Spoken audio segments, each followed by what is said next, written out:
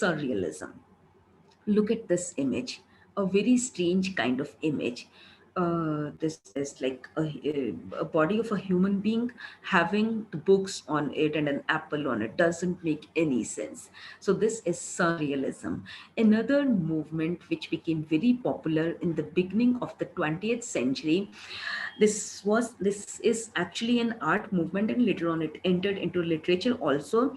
Like, human head is like replaced with books. Okay, so replacing something with something which is like like very difficult to comprehend, even that why the painter has replaced the human head with this with these books. Okay, so it's very difficult to comprehend anything and very difficult to understand, very difficult to make out anything of this image.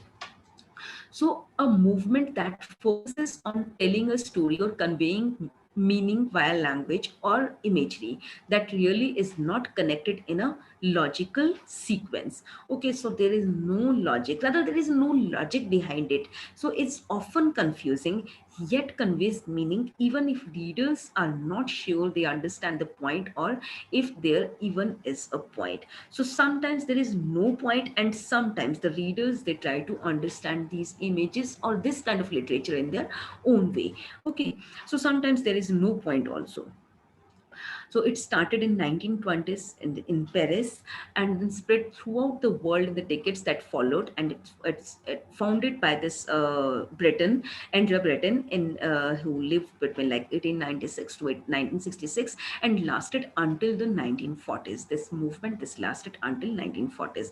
Breton propelled this movement with his publication, The Manifesto of Surrealism. So Surrealism had a manifesto also. Breton, he tried to make this movement very a popular one by writing a full-fledged manifesto in which he tried to explain this movement as a way of fighting against the way art was understood at that time. So Breton outlined its aims in his Surrealism. Now, what is in this manifesto? In this Surrealist manifesto, affirming the supremacy of the disinterested play of thought and the omnipotence of dreams rather than reason and logic.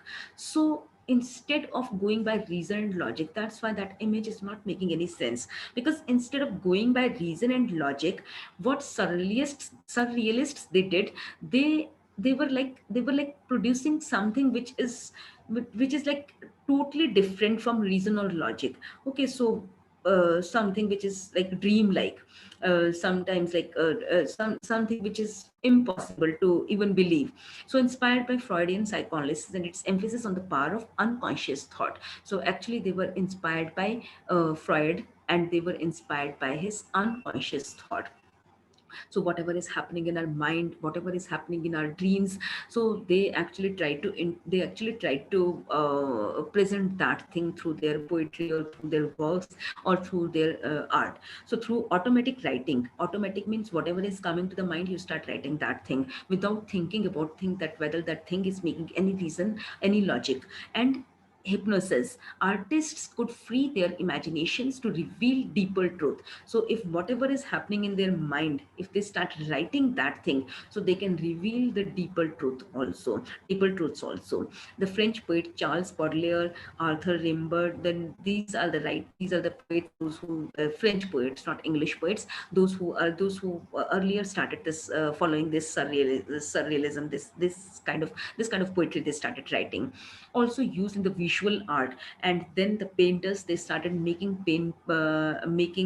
paintings in this way, has influenced modern and contemporary poets writing in English as well as this these writers were also these are the English writers, those who got influenced by this surrealist movement.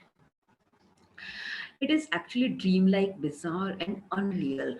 Everything which is expressed through this movement, that is actually dreamlike. Developed in Europe after World War One, this got developed in World War One, away from reality, because at that time the people, they were too much disillusioned. They were like having this kind of feeling that they would not be able to survive in the world. We know after that there was Spanish flu, and then there was Second World War, and people had lost their faith in life. life also. So they were away from the people, they were away from reality, and Freud subconscious, the interpretation of dreams that came in 1901 and 1900, and the people, they were more concerned about the mind of the mind of the protagonists. So automatism, this juxtaposition, putting a lobster on a phone. Like I came across one more image of this surrealist, one more painting made by these surrealists, and that was what was there. There was a phone, and instead of the receiver of the phone, there was a lobster placed over there. So like the same image which we have just observed, in which a human being's head is replaced with books, in the same way the phone's that receiver is replaced with lobster. So bridge together reality and the imagination. So they bridge together reality and imagination. So dream and fantasy sequences are there. An entire work of literature only to find out the entire story was someone's dream. So sometimes when we watch movies, or sometimes when we watch children's stories, and even or read children's stories, so sometimes we come to know at the end that everything, whatever was happening during the story, that was just a dream. The protagonist, he wakes up at the end, and we come to know, oh my god, this was just a dream. So this similar kind of thing is there. So the wonderful Wizard of Oz is an important work of this in this sequence, and is a great work example of a work based entirely on a dream. This whole work is based on dream, but in the beginning we don't come to know that this is just a dream that's filled with fantasy. So readers are right there with Dorothy, the protagonist, and the talking scarecrow, Tin Man and Lion on their fantastic journey, only to discover at the end that she dreamed the whole thing. So at the end, the reader comes to know that everything was dreamt by this girl, okay, by Dorothy. So this kind of things were written by these writers of this movement, that whenever they used to write, it appears as if something dream-like things are happening. Then irrational elements are there to free readers from rational thought and the constraints of reality, to explore what is possible, or even what can be learned or enjoyed from considering the impossible. Actually, people were so much occupied with everything, whatever was happening around them at that time, in that scenario. So they wanted to come out of all those things, and that's why they started taking pleasure while reading this kind of literature, in which the things were quite impossible, in which the things which were expressed were quite impossible.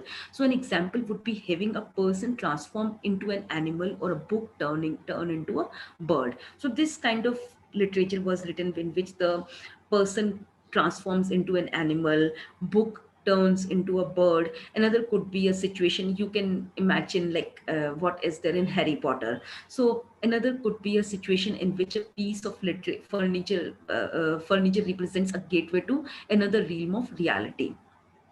So this kind of things were there. So all these things, this so juxtaposition is important feature of their writing. So one thing is replaced with other, like the human head is replaced with books, involving a side by side comparison of things to draw a stark contrast.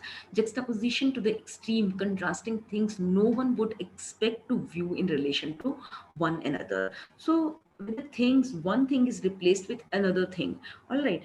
So sometimes, when one thing is replaced with other things, we find that there is no relation between the two things, but still the thing is being replaced. For example, an author might compare something like a shoe or watermelon to a hammer. All right, so shoe can be compared to a hammer, or watermelon can be compared to a hammer. We cannot think of comparing a watermelon to a hammer, but the writers, they were doing this kind of things. So surrealistic works often emphasize the juxtaposition from a person's dreams or fantasy life and the reality in which they live. When a book reveals a sequence of what a character fantasizes about doing, followed by their actual actions, which are completely different, that is juxtaposition.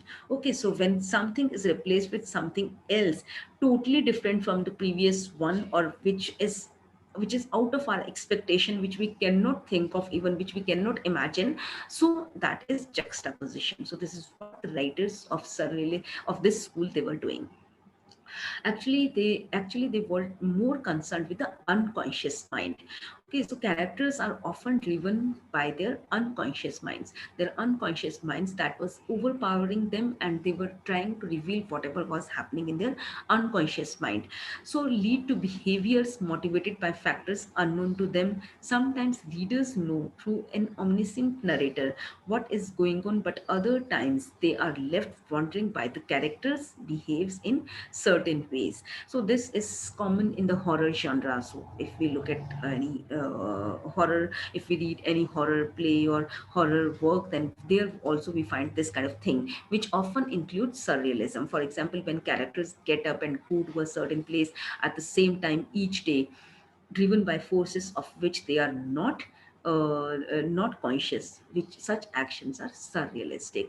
So if a character wakes up and he goes to a certain place, every day he repeats the same thing. Okay, so this kind of thing, the unconscious mind, whatever is happening in the mind of the character, so this kind of things are actually presented by are actually depicted by all these writers, all these surrealistic writers. Now, what was the aim? Why this kind of writings? These were becoming popular to break free from the constraints being posed in art, and to do so in an extreme yet positive way. And they actually wanted to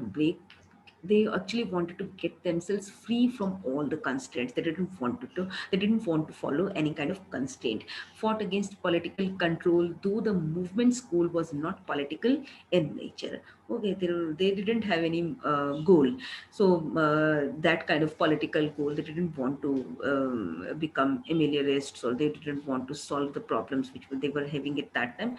They actually wanted to remain contented with whatever was happening in their mind, and they wanted to enjoy that thing. Sought to free people spiritually and psychologically, wanted to repair the damage done by World War I. So this is the main aim of their writings, that they wanted to repair the damage done by World War I. So because this movement, this became popular after World War I. So people, those who were disillusioned, those who lost faith in life, and those who were like pessimist and alienated, they wanted this kind of literature in through which they wanted to enjoy. They wanted to think about something else. They wanted to come out of their reality, and they wanted to go into a fantasy world. So unfortunately, World War II was on the brink, and such a movement made the surrealists a target. During the rise of Nazism and fascism, many surrealists were forced to seek heaven in America, and the same happened with these surrealists also, that they left these countries, England, Germany, and France, and then they went to America, because this Nazism and fascism, they didn't allow them to stay there in these countries. So fortunately for American culture, their ideas began affecting changes in the states as well. Still exists in much of today's literature. Using surrealist imagery, ideas, or poetic techniques, writers attempt to stretch the boundaries, free the mind, and make readers think. So this is very important about this surrealism, that it is still existing, because through these, the writers, they actually want to tell something else, and they want to free their mind. They want to convey something, or they do not want to convey some anything, and they just want to free their minds worth. Even they leave the things to readers also. Other features, it is sometimes strange and shocking. Whatever is presented to the reader, that is sometimes strange and shocking, forces people out of their comfortable ideas, so much so that it has even been known to cause riots. So sometimes, like when you are so much comfortable and you speak whatever, or write whatever, or you draw whatever you want to draw, so that may create problems also. Use images and metaphors to compel the reader to think deeper and reveal subconscious meaning. So this is just to reveal whatever is happening in the mind. Instead of relying on plot, surrealist writers focused on the characters, discovery, and imagery, to force readers to dig into their unconscious and analyze what they find. So they are not at all concerned with the plot, and they are not surrealist writers focused on characters. For them, character is much more important than, because even the unconscious mind of the character, which is much more important as compared to the plot of the story. Then look at this poem. This is an example of this surrealist movement. This my wife with the hair of a wood fire. Look how he has compared the hair of his wife with wood fire, with the thoughts of heat lightning, with the waste of an hourglass, all right, with the waste of an other in the teeth of a tiger. So look, he is comparing his wife with other things, and the kind of things with which he is comparing his wife, we cannot even imagine. Now if we go back to the romantic the writers or the poets of the romantic period or Victorian period, we see that when they talk about their wives, or when they express, like if we start reading the poetry written by John Donne or others also, so we see that how they express their love for their beloved by using beautiful imagery and not this kind of imagery. So like having hair of a wood fire, with the thoughts of heat lightning, with the waste of an hourglass, with the waste of an otter in the teeth of a tiger, my wife with the lips of a cockade, and like he is like with the teeth of tracks of white mice on the white earth, with the tongue of rubbed amber and glass, my wife with the tongue of a stabbed host. The irrationality in images, this is quite irrational. Everything expressed here is irrational, having no logic at all, about his wife and a wood fire, an hourglass, and teeth of a tiger. None of these images have any relation. They have been just irrationality. So here we can just see irrationality put together to demonstrate the mind of the poet and the situation of the reality in which he is living. Okay, so this is how the poets they used to express themselves. This is written by Britain. Now, function. What is the function of these surrealists? Presenting the topsy-turvy state of mind in words or colors.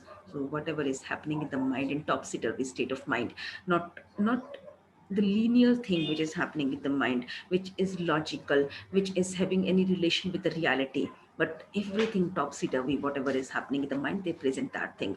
Try to resolve this situation by presenting strange and shocking images in their writing and paintings. So like everything is quite shocking.